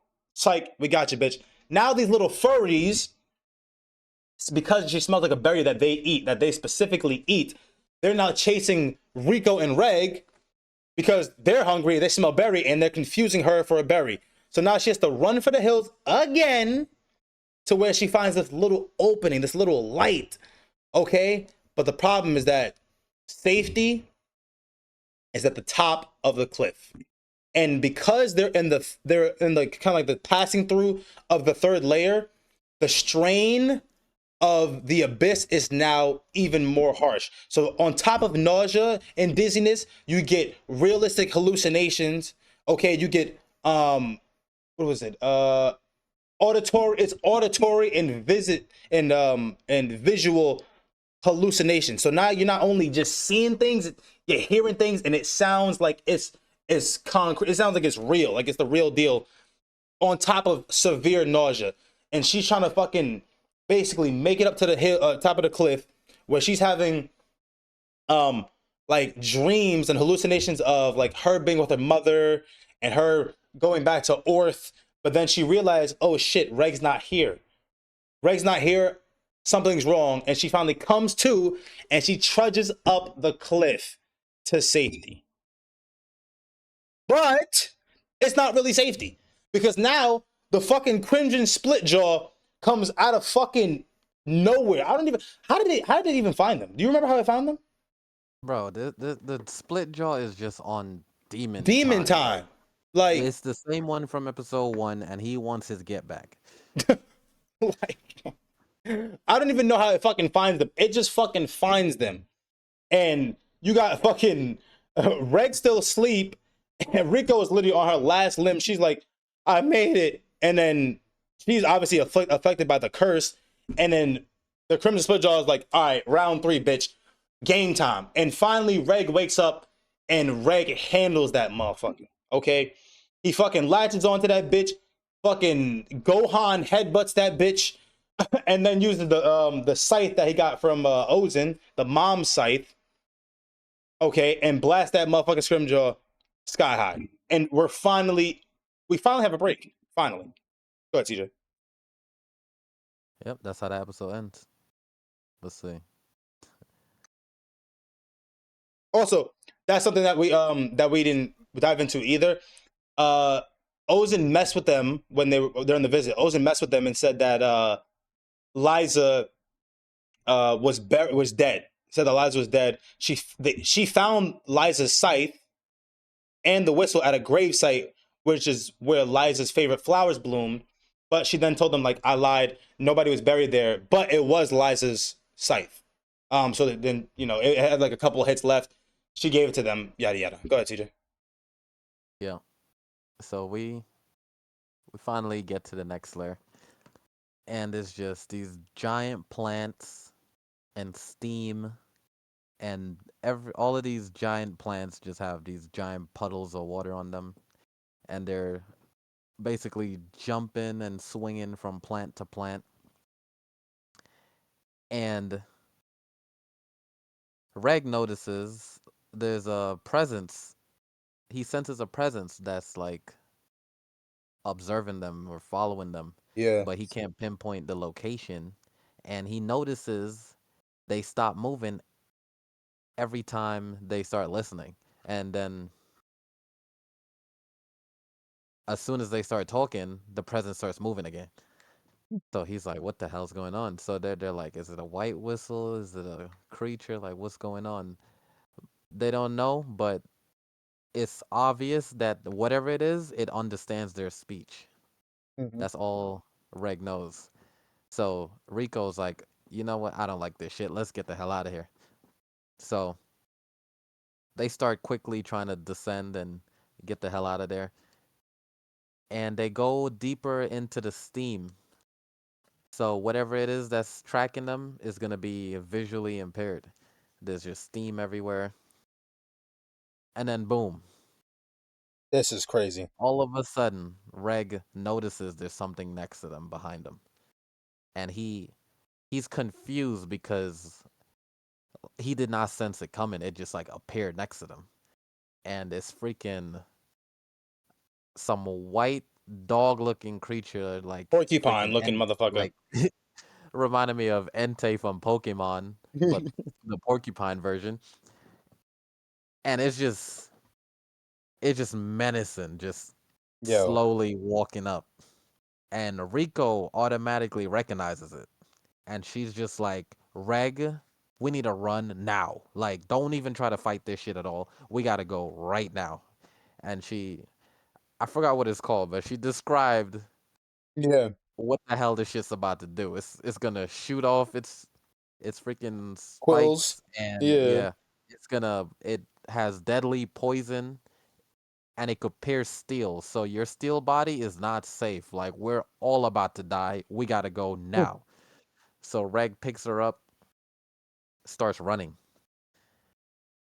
Hold up. Yeah, he picks her up, starts running, and this thing is freaking cutting them off. And he starts he starts noticing like what the hell's going on. Like, it's predicting our movements, which way we're gonna go and stuff. And they start having flashbacks, remembering Ozen and everyone warning them like, deeper you go, these creatures are like they're intelligent. They're I mean more business. Final way more boss. scary than me. And they starting to finally get the picture. Like, Rico was not getting the picture on anything up until now, bro. And Reg is also getting the picture. Like, we finally got something that can actually kill Reg. Yep. And the thing attacks, Reg dodges, it slashes the backpack off him, cracks some of his metal, and the shit just getting real. You could take over. Yeah, so um he notices like when he's trying to escape, before it shoots the quills, it can it can basically read his pattern, his trajectory. He tries to dodge one way and it's there to meet him. You know what I'm saying? So he's like, "Oh shit, what the fuck do we do?" Rico gives him this umbrella, this battle umbrella that is supposed to be able to withstand the hit. So when he shoots, so when the fucking creature shoots its quills, it penetrates the fucking umbrella and it gets kind of like bundled up in the umbrella. And they're like, "Oh shit, if we took that, we'd be cooked." But Reg then turns and sees that Rico got spiked with one of the quills. And this is probably the most gruesome. This is probably the most gruesome this anime. Like, what happens next is probably like, I'm not gonna lie. My first watch, I wasn't prepared for this. I'm gonna be honest. I was not prepared for this. I can't cap. I Even the wasn't second, prepared on the second watch. I even no, wasn't even prepared exactly. on the second watch. Even the second watch, I'm gonna be so for real with y'all. Even on the second watch, bro, I dead ass. I skipped forward. I know exactly. Listen, this is the only thing I didn't need to see again. I did not need to see this again. I was cringing. I was writhing. I was like, bro, my Dog, I skin. was looking Oh, away cringing. oh, yo, this was fucked. Like, this was fucked. I did not watch it again because I know exactly what happened. So basically, now that Rico is spiked and poisoned, basically they have to, one, stop it from spreading to her body. So they tie a rope around her arm, and Reg has two choices: either they just get packed up right now, or he goes to elevation where he can get away. But because they're in the fourth layer, they now, it's like the ascension is now life or death. Like you're basically guaranteed to die. Um, Jill said so dark, but I did appreciate the turn it took. Shit wasn't sweet, and they wanted us to know exactly. So Reg, he said this is the lesser of two evils. He gets Rico. He took the quill out, put a rope on her, tied a rope around her arm, and then ascends to like a little branch, or whatever. Upon ascension, she has limited time because not only she's poisoned and sick, now she's starting to have even more severe reactions. She's bleeding from her eyes. She's throwing up. Her eyes are red. She's going unconscious. She's hallucinating. She's literally dying. She's literally dying. And because they have to like try to help her and save her, Reg is panicking. He's like, what should I do? What should I do? What should I do? She's telling Reg, you have to cut off my arm. Okay? You have to cut off my arm. There's a knife in the bag. You need to cut off my arm, but first you need to break my arm. When I tell you I couldn't bear to watch this again, bro. I couldn't bear to watch this again, bro. I had to skip past because he had to he had to break her arm. Like, and he is so panicked, and he's even like, oh, he's like grimacing, like he's grimacing having to do it, and he's like not okay. Obviously, he's not okay. He breaks her arm, and then he has to try to cut through her arm. She says, "I can handle it. Don't worry. Just do what you have to do." And when I tell you this is the most gruesome scene I've seen in a lot of anime, bro, I was not okay. I was not okay. I didn't want to look. Like the first time I watched it all, I did it. I was like, fuck it, I have to. The second time I was like, fuck no. Fuck no. He's cutting her arm, trying to cut off her arm. Oh my god, and he's doing a poor job. Like he's literally like cutting into fragmented bones and fragments and like fucking it up, whatever. And she is like trying to withstand it, but she ends up like she's in so much pain that she's hallucinating. She doesn't even know if Reg is there or not, and she ends up going unconscious. And Reg thinking that she's like basically dead because she stops I think she stopped breathing. Um, he's like holding her, panicking, screaming for help, like asking someone to save them, and that's when Nanachi, the person who has actually been observing them, comes to the rescue. Nanachi comes. It's this fucking furry animal humanoid thing that we don't really know, right? Until Rabbit girl. yeah, rabbit girl, until we're told that it's a hollow. Nanachi is telling Reg, first off, you have to stop panicking. You need to give her CPR. He started doing CPR right away. Whatever instructions, he was ready to go. He said, I don't care, just please help me. So Nanachi says, do CPR. You have to do this, elevate, pinch the nose, elevate the chin, open the airways, get her breathing again, and then we need to take her to my hideout. Thankfully, Nanachi was there because, I mean, Rico maybe had like 2 minutes left before she was probably cooked. Not really 2 minutes, but like probably like 10 minutes before she was cooked. And then they bring her to Nanachi's lair. And this is another layer of disturbing. But we probably got past the most gruesome part, and I don't know. I needed a moment. I had to pause. I had to pause the watch after what happened to Rico, because Rico is a G for even telling him to do that, bro. Like even she was like, "Fuck it, do what you got to do. I can take it. This is what you got to do." Like coaching him through it. Meanwhile, she's dying and bleeding through her eyes. I'm like, yo, this is crazy as fuck. And then we finally get to Nanachi's lair. You have anything you need to say? Yeah. Yeah. On first watch, I watched it, but holy shit, that scene was just even harder on the On the second watch, rewatch, yeah, it which was is harder. crazy because I seen 100 anime since I seen this show, bro. Yeah, bro. And this is still this gotta still be top three most Top gruesome three. things I seen in anime, like all of anime, bro. Yes, I bro. don't and I done seen entire animes of murdering people and ripping their hearts out, but this right here, this was different. Mm, You got a little girl, freaking her hands swollen with poison. She's bleeding out the eyes, bleeding out the mouth, bleeding out the ears, mm. bleeding out the She wound. pissed herself. Oh, hit herself. Everything. Bro, yeah, pissing herself, freaking. She says, "Oh, break my arm." So bro, Yeah. he pulls out the knife. His hand is shaking.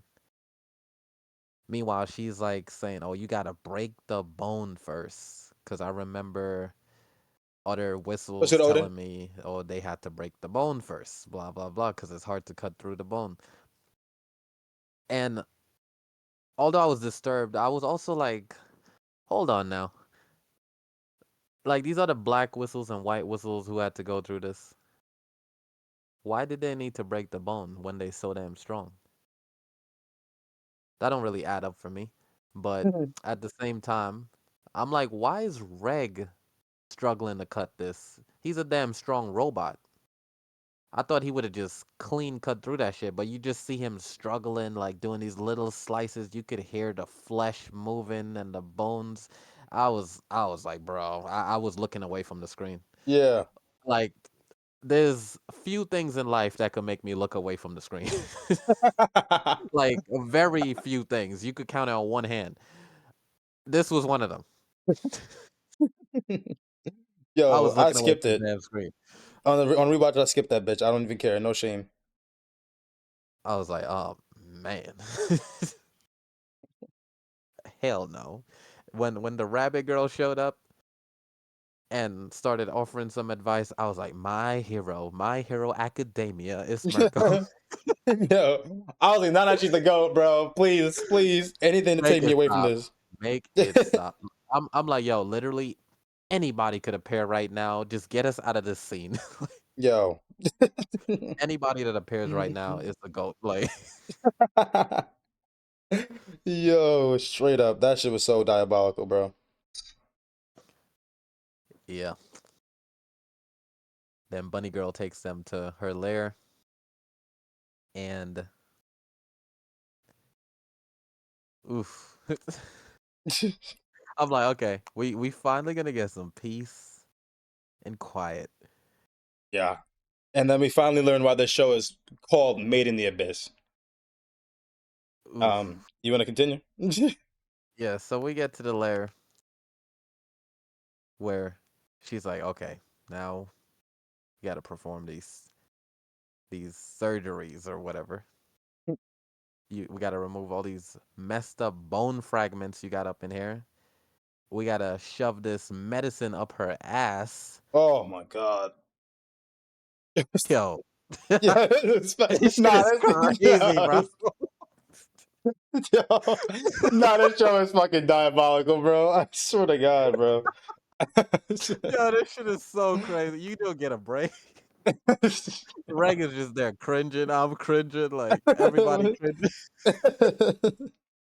Nah, that shit was straight up diabolical, bro. I swear to God, bro. There was no chill, like at all, from that moment, bro. Oh my God. And uh, before she even got into this, Reg is looking at her like, "Yo, I don't mean to be rude, but aren't you the same age as me? Like, should you even be operating on this?" And then the bunny girl's like, "You see somebody else around here that you want to ask for help? Like, Yo, straight up. like you want to come do this? Like, let Yo, me please, cook, bro. yeah, be my guest. Oh Let me cook." shit. She's like, "Matter of fact, bro, go wash the pee off her pants, all right?"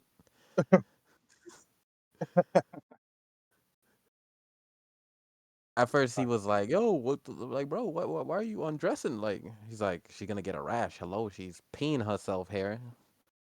Yeah, piss and Like, blood oh, stains, like ugh. Mm.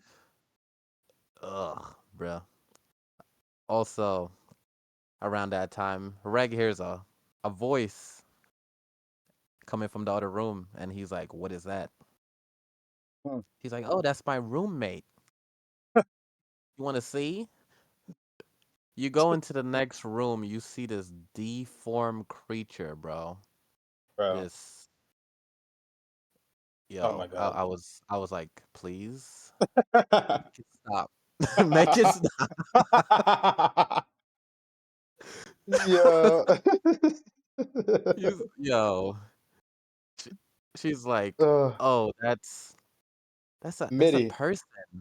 MIDI, that's MIDI, that's a person. That this is Oh what my lord. happens when you try to go up from the From the lower low. layers. Oh my. This is what happens to you. And I'm just like, dog, we not making it back home. We This a are one-way cooked. trip to hell. Yeah. This is express to fucking hell, bro. Oh my god. This gotta be like the freaking intro to Helsing or something. I don't know. Like, Yo. I don't know what they got going on, but make it stop. Oh my Holy lord. shit, bro. Ooh, you know, we laughing now, but this shit was not funny. Nah, for real, for real. This wasn't funny at all. Like when you're watching this shit, bro, it's actually so painful. Like to see everything that's happening because now we're seeing Mitty, this deformed creature that used to be human, that used to be a girl. And we don't even know the backstory just yet. But we see this, we're like, oh my fucking god, when will it end? And now, Nanachi, as she's performing on Rico, she said, "Yo, Playboy, we not out the woods yet, bro. Okay, now I'm giving her this, but I need you to go get my groceries real quick because you need to get this, or else I can't save her because one, we need to untie this. We need to let the poison spread so it can cure, so we can put so it can spread throughout the body, but we can cure it, so that's fine. But we need to fix her arm because it's going to get infected. Now, this was impressive and disturbing at the same time because Nanachi was like in her head, she was like, "Yo, this is crazy. Like, why didn't she tell you to cut at the elbow to cut the because you want to cut at the elbow, so it's easier. Like, you want to break the elbow and cut the elbow because it's easier to just take the arm fully off from there."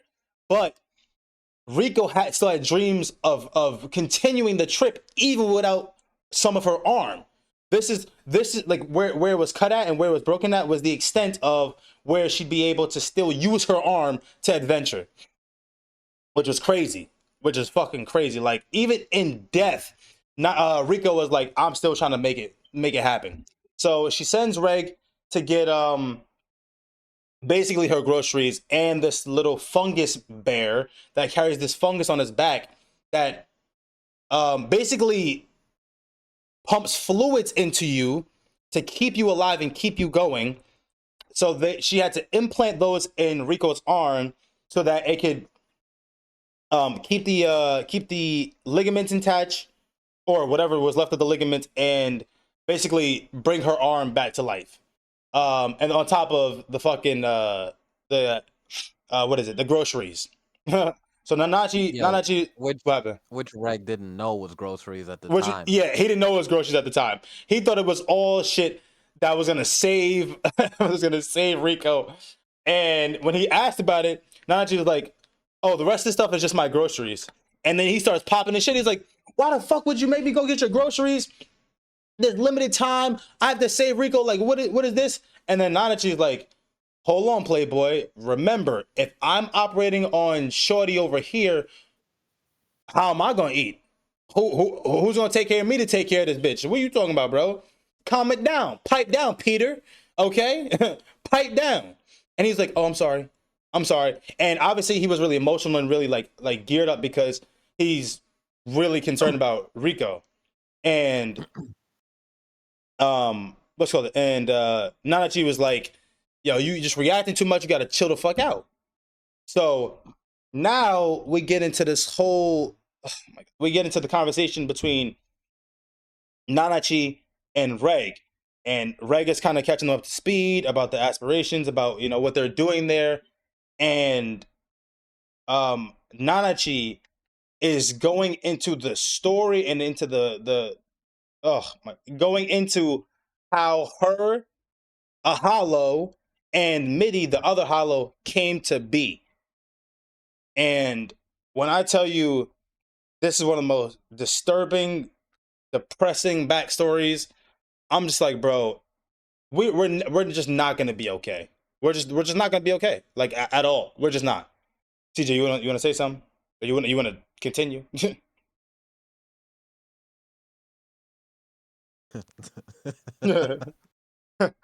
I think, yo, this shit is just disturbing, bro. I can't with this shit, bro.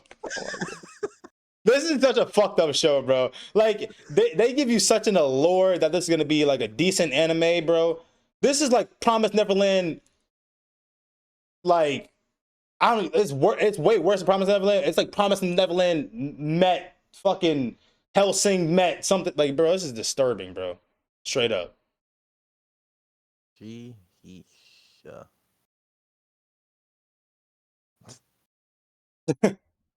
Or do you have anything you at least want to say? No, I'm good. All right.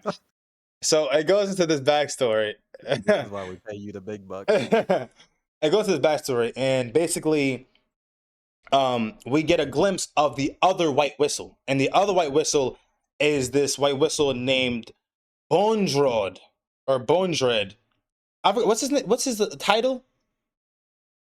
Just call him Demonic Bones. Yeah, whatever the fuck his title is. We thought Ozen was bad. This nigga is demons, like Satan's spawn, bro. Like he is Satan's spawn. We go into Bone Dread, or we meet Bone Dread, and Bone Dread is basically rallying it up. I'm not even gonna go super in depth to it of like how they got them, but basically Bone Dread is looking for orphans and homeless kids and basically just poor kids, just rallying up poor kids, and he's taking them to this sanctuary where he's using them in the fifth layer, where he's using them, and we don't even know what at the time. So as Nanachi is explaining what's going on, you see Nanachi and her and who she was like this homeless, you know what I'm saying, like just random little girl, picked through garbages, smelled like shit, whatever, had no friends, and just read books. Okay, and then you saw Mitty. Mitty was this cheery, upbeat girl who had aspirations to be a white whistle, similar to Rico. Okay, who had aspirations to be a white whistle and were trying to befriend people, and they kept shooing both of them away. So naturally, they came together and became acquainted because Mitty was like, "Hey, what's your name?" and trying to get to know her. So they become friends and they become closer during their journey to the depths of the fifth layer.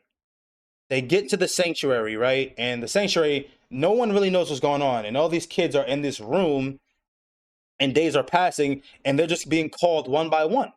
So you're like, okay, like what's going on? And as all of them are being called one by one, you pretty much know some fucked up shit finna go on, but you don't know the extent of it. And kids are being called one by one until there's only Midi and Nanachi. Midi is being called in the middle of the night, probably like 3 a.m. And Nanachi's like, yo, let me go her. And Bone Dread's like, no, you'll have your time. Don't worry. I'll be here for you soon. Yo, Nanachi, wait, I want to say one thing. Nanachi is literally, I mean, Bondrewd is literally the guy, bro. Like she said, "Oh, I want to go too." He said, "No, wait your time. Be patient." be patient, yo. This guy is like, whatever you thought about Ozen, this nigga don't even compare. Ozen don't compare in any way, shape, or form to this dude. Nanachi being curious and wanting to see what's going on with her best friend at this point, which is her only friend, um, she stumbles to a conversation that this Black Whistle's having with Bone Dread. And Bone Dread explaining, don't worry, because the Black Whistle is concerned about these kids because he's like, bro, like, what's going on with these kids? What's going on with these kids? Like, this is like just straight up fucked up. Like, this shit's like not even humane. And Bone Dreads, oh, don't worry. You don't have to worry about humanity here. What I'm using them for, it's okay. Then they won't be released back into society. There's no humanity basically associated with this. Let me show you. I'm like, what? So we get to basically now Nanachi is like, oh my god, what the fuck is going on? And she stumbles into the chamber where Mitty's being held. And Mitty's in this fucking this she's locked in this fucking like what would you call that shit? Like a freaking a tank, like a Yeah, a glass tank. tank. Yeah, like a glass tank. She's locked into a glass tank and she's worried. And now she's like, oh my god, Mitty. And then that's when Bone Dread walks in and he's like, oh, you weren't supposed to be here, but you know what? Perfect that you are. And puts Nanachi in the other tank. So usually Yo, it's supposed to be one by one. let me say something. I Go ahead. will say, Bone Dread, he don't miss a beat.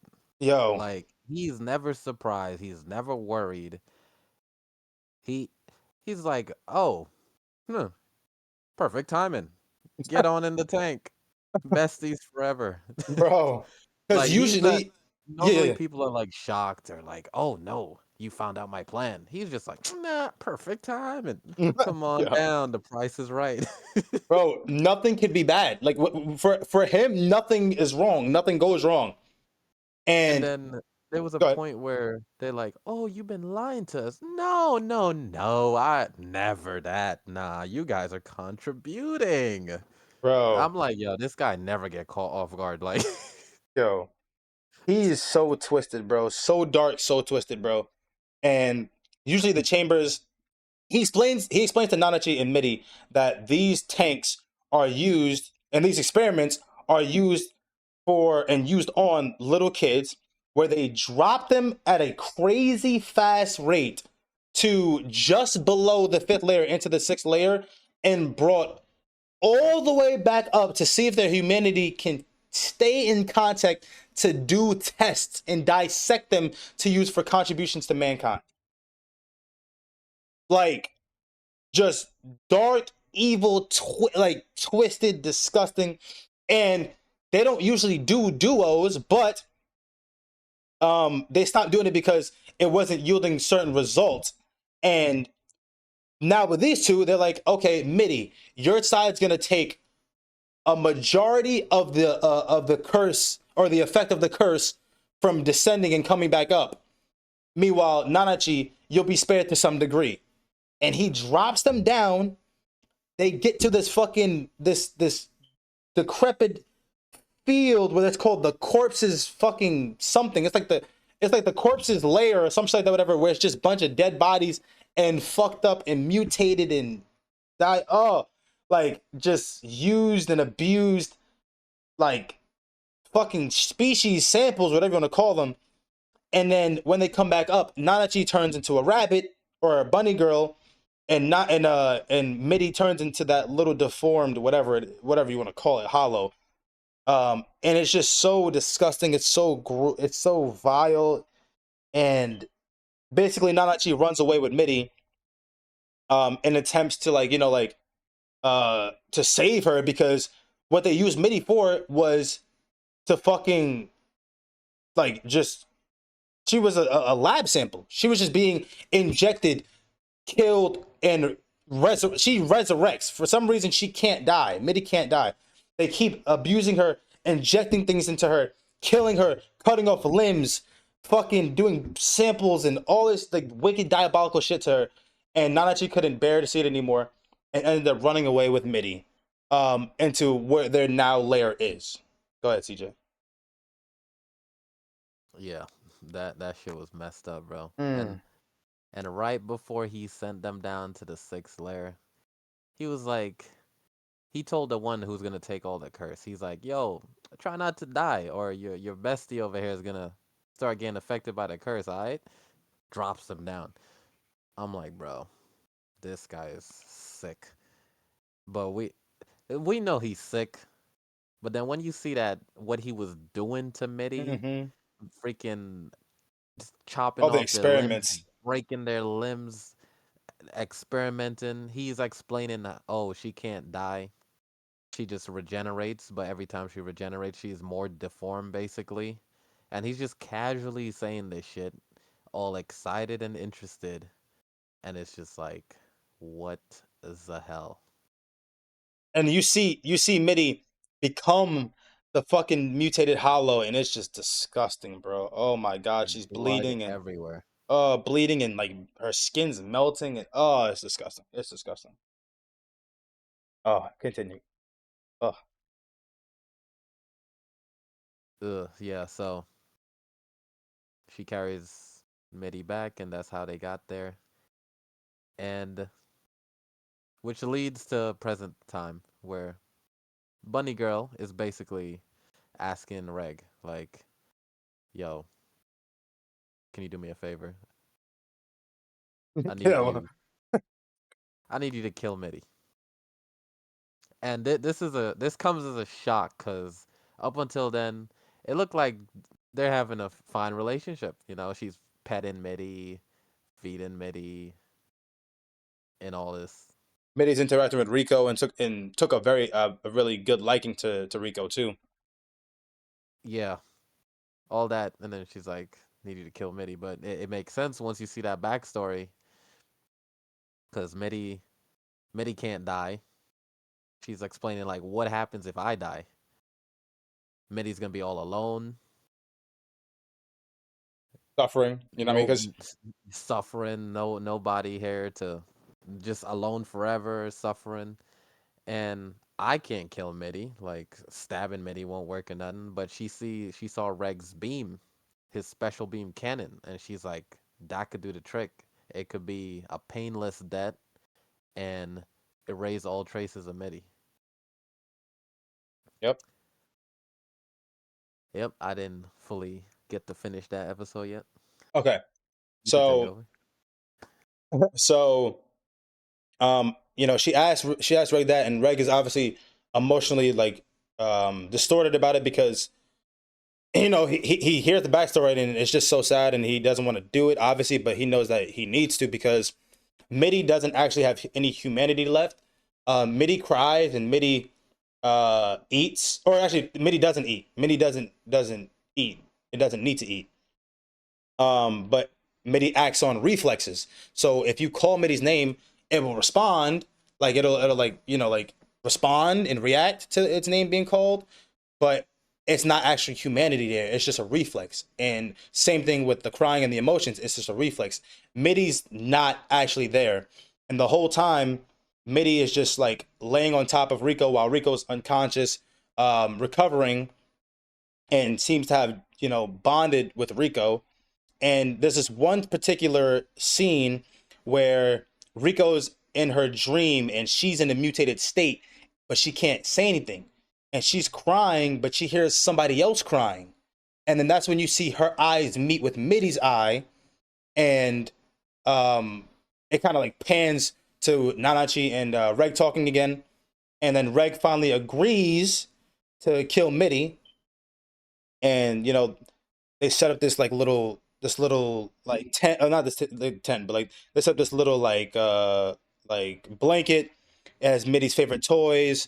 It has all these things around Mitty, and now that she's basically saying goodbye and telling Reg to do his thing, and then you just see before he's about to fire his laser, Nanachi goes sprinting into Mitty and crying her eyes out, bawling, saying, "I'm so sorry," saying, I should have never done this. Like I can't believe this. Like I'm so sorry. Like we'll be together forever. And basically saying a lot of the expressing and saying a lot of the emotions she had pent up for the longest time as her goodbye.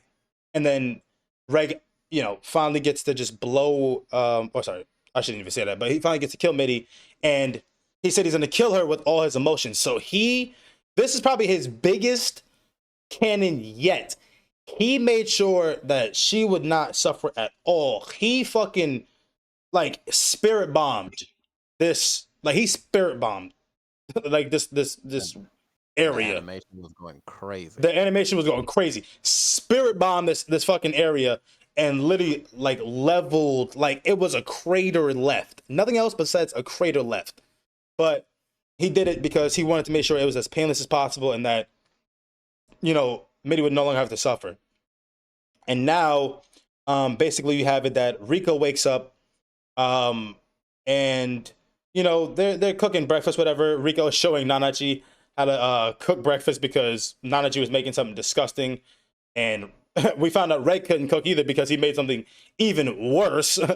But they're all kind of talking and catching each other up to speed about what was going on and about how Nanachi saved her. And then Rico says, "Wasn't there somebody else here?" Mind you, Rico was unconscious the whole time. But she said that somebody had visited her in her dream where she heard somebody else crying, and it was Mitty, and she could feel the presence. She could feel, what I'm saying, like Mitty being there. And, it was kind of just sad, but they all kind of just caught each other up to speed. And they basically, to end the show, they talked about the next steps moving forward and how they were going to attempt at going down more layers. You know what I'm saying? Going down to the abyss to meet Rico's mom. Um, Rico's, what I'm saying, like having a hard time moving because her tendons and ligaments are still like recovering. She can only move her thumb, but still, the scar is what it is what it is. But she could, she's gonna be able to use her arm and move on. And this is where they asked Nanachi to accompany them, and Nanachi says yes. And now, you basically get like an emotional ending for Nanachi because she's saying goodbye to not only the campsite but to Mitty, and that whole, like, it's finally that chapter let go for Nanachi and Mitty. And moving forward, it's gonna be Reg, Rico, and Nanachi. And it pans over to Bone Dread, and you see a light, you see a red light that turns off, and then Bone Dread just says, "Good job, Nanachi. Good for you. You finally found a way to kill Mitty." And that's basically how it ends. I summed up a little bit, but there's like a little cute, like little like scene where Reg and Rico bathe together, and Nanachi's teasing them, and he's like, "Are you guys still acting like you're clueless about this? Like, whatever." There's a little romancy, whatever, but it's nothing like crazy. But yeah, that's basically how we end off. And I know this was a long one, but like it this was a lot, man. This was a lot on the mental, a lot on the emotions. There's a lot to endure, bro. I felt like I was enduring the abyss as well, bro. Straight up. Um bro. It's all part of the good atmosphere. oh man, but uh to move things along, um any final words or final remarks, please let me know. Give me your rating, give me your favorite character, and then we have to spin the wheel. We're gonna add next week. I want everybody to be here for when we add. So we're gonna spin the wheel, and then we're gonna add next week. Um and then yeah. So let me know what you got. Let me know everyone's ratings. Let me know. Oh my god, this is bad as shit. Let me know your favorite characters. I will just say off rip, my favorite character is is Reg, but Rico and Nanachi are very close. I will say Rico and Nanachi are very, very close. I'm TJ, not what? particularly like attached to any character in this show more than the other. I will say that too. Yeah, I'm glad you said that because I wanted to say too. It's not like anyone's leagues and leagues above the other because I still like Nat. I still like Shiggy. I think Kiwi is cute. Um, I like the lead. Like I liked a lot of the characters, man. To be honest, even Ozen. Yeah, I don't really have a favorite character in this show. Okay, that's fair. Does anybody have a rating? Ratings. I know That's gonna be the hard part. Let me pull up this chart. McBiggie gave me his rating. He said an 8.1. His reason for the 8.1 was that, let me see. His reason for the 8.1 was that he said he loved Reg, but kind of wished. He said he kind of wished Rico would have died off. That's criminal. That is criminal. The That's whole show criminal. on Reg, that's illegal. That's criminal. That is a criminal response, criminal activity. He should be looked at. Also, one thing Most I definitely didn't was on add. the Fiddler. One thing I forgot to add was that the ending also showed Kiwi, the little baby of the bunch, back at the orphanage. Um, he was about to succumb to the little sickness that Nat had spoken of, which is like a disease where you die on your birthday. They had a physician come out and see him, but she couldn't do anything for him. So she said, "Let me bring him back to my lab outside of the island." And once they brought him outside of the island and brought him to her like little ship, like a little boat or boat lab, he was completely fine. One of the healthiest babies or one of the healthiest kids that she's ever seen. And like you would have never thought he was on death's bed, death's door, um, which is crazy. So it alluded to something being the curse of the abyss. But continue. Give me anybody's rating. Anybody's rating. Anybody's rating. Dun, dun, dun. It's a tough one. I will say on rewatch, a lot of this was a lot slower for me, but the second half really did pick up again. Um, yeah, it was tough to see certain things happen again, but I'm not gonna lie, bro. Like outside of the backstory part and the surgical part, mhm. my least favorite was watching the bunny girl on the screen. Okay. Like I don't know, something about that character just I bothered like me. I like Nananachi. Nanachi though. Like I like her personality. It's just something about the whole talking rabbit Hmm. was bothering me. That's fair. I like this one a lot. Reg was my dog, but Nanachi was very close for the 3 episodes we had her, and my rating is 8.2. I actually love Nanachi too. I love the animation and the story had some weight to it. But 8.2 for Mr. J Will. J Will. I went with an 8 because on rewatch it was a little bit slower. I rated it higher on the first watch, but the rewatch was a little bit slower for me. But I still think it was good. I think it was quality. To be honest though, because I am up to date and it does leave on like a cliffhanger. Um, I will say this: so don't watch the if you're watching. I don't know what site people are using, but movie one is just everything that happens up until a certain point. I think it's everything that happens up until Ozen, if I'm not mistaken. It's everything that happens up until Ozen. But movie two and three are canon. They are canon. If you do choose to watch more of this, watch the second movie, watch the third movie, and then watch season two. Because season two is also canon. Well, obviously it's canon, but like, yeah, it's the most up to date. So I would say watch the movies. You guys, there's a lot, man.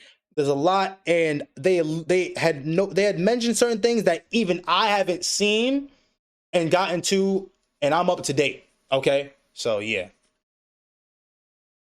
Yeah, I'm definitely interested in the entire journey of this. Yeah, it's wicked, bro. Bro, y'all just getting started for real. That's all I'm gonna say. Y'all just getting started for real. Oh my god. Um, what's good? 8 is a fitting rating. Yeah, what's good with you, faded? Jay Will said. Okay, so the first movie is up to episode 8. Yes, yes, yes. So that's why I would say like don't watch the first movie, but definitely watch the movies. Definitely watch the movies. Oh man, what? Talk to me. I'm gonna give it like a. This might be subject to change. It's a hard one to rate. It I'm gonna is give it like 8.2. okay. Bet that's a good one. I like the atmosphere. Some of the best atmosphere. Yeah. I love that it actually makes me not want to look at the screen. Bro. You know, the weirdest compliment. It just made me want to But watch more. it's impressive that a show makes me not want to look at the screen. Yeah, bro. And it just drew me in. Like it got me every episode. One, I wanted to see more on the initial. Obviously, I know what happens for the rest of them, but I remember when I first watched it, man, it just drew me in, bro, left and right. And even on rewatch, it wasn't bad, but it was a little bit slower for sure. So I wasn't able to enjoy it as much, but it still was good, man. It was still good. So did your girl Mm, watch this? no. She may not want to. She. I'm like definitely get her to watch this. Oh yeah, actually, sorry, yeah. Actually, you're right. Yeah, this week is the last week of March, so this week is gonna be the monthly, which is Gurren Lagann. Yes, good call, J. Will. Good call. So We've we can been add. we've been trying to watch that, so that's why I can't have her watching this also. No, that's fair. All right, that's a good point. Yes. So this week's is Gurren Lagann, which the monthly. The we watch would be is gonna be this Sunday. This Sunday will be the monthly. It's not. It shouldn't be. I know it's a kind of a quick turnaround, but it's not really because it's the monthly. So you have the whole month to watch it. And then we'll add. Good point, J. Will. That is amazing. Good stuff. But 8.2 for CJ, 8 for me, 8.1 for McBiggie, and 8.2 for J. Will. We'll get Chris's and Smithy and the rest of them later on. But yeah, this is one of those ones where it will make you rethink some Yeah, life. I'm gonna say some more details. So, not the biggest fan of the character designs. Love the atmosphere, some of the best atmosphere. Um, not the greatest main character because they're getting straight carried, Yep, yep, literally, and every way possible. But also, it didn't. The show, it's a solid show, but it didn't really peak for me. yeah, There wasn't any single part that really peaked for me exactly. exactly. There's some places that came close though, and shit definitely gets real for real. But it there's like certain other animes, right, where shit gets real and I'm like super excited and it's peaking. This one didn't hit me in that way, but shit Yep. does get real for It's real, like steady. serious. It's steady. Yeah. I agree. There was And no point. then I was like, oh shit. the fact that I don't really care to have a favorite character also kind of doesn't help its case. Not saying the characters are bad at all. I Hmm. like the characters. It's just nobody really excites me to the point where I'm like, that's gonna be the favorite. Yeah. So yeah, there's that also. McBiggie talking crazy. It was nothing crazy really happened, but I like the world. How you say Yo, nothing crazy happened? You didn't watch shit. Mick Biggie. Every time you say this, I just remember you recommended Blood of Zeus. Honestly, true. Yeah, true. That's true. To say nothing crazy happened is crazy because this was nothing short of crazy. Like, like this was, bro. What? Blood of Zeus has a high rating. So does this one. This has a high rating than Blood of Zeus does. Yeah, mind you, look, I'm not talking shit. I probably give Blood of Zeus one of the highest ratings. But you every week you come saying some crazy stuff like, "Oh, this character is mid," and Blood of Zeus had one of the most mid main characters. Yeah, bro. Basically the same. No, not even close. Not even close. Not basically the same in any shape or Oh, form. bro, why you think this WeebWatch so long? A lot happened.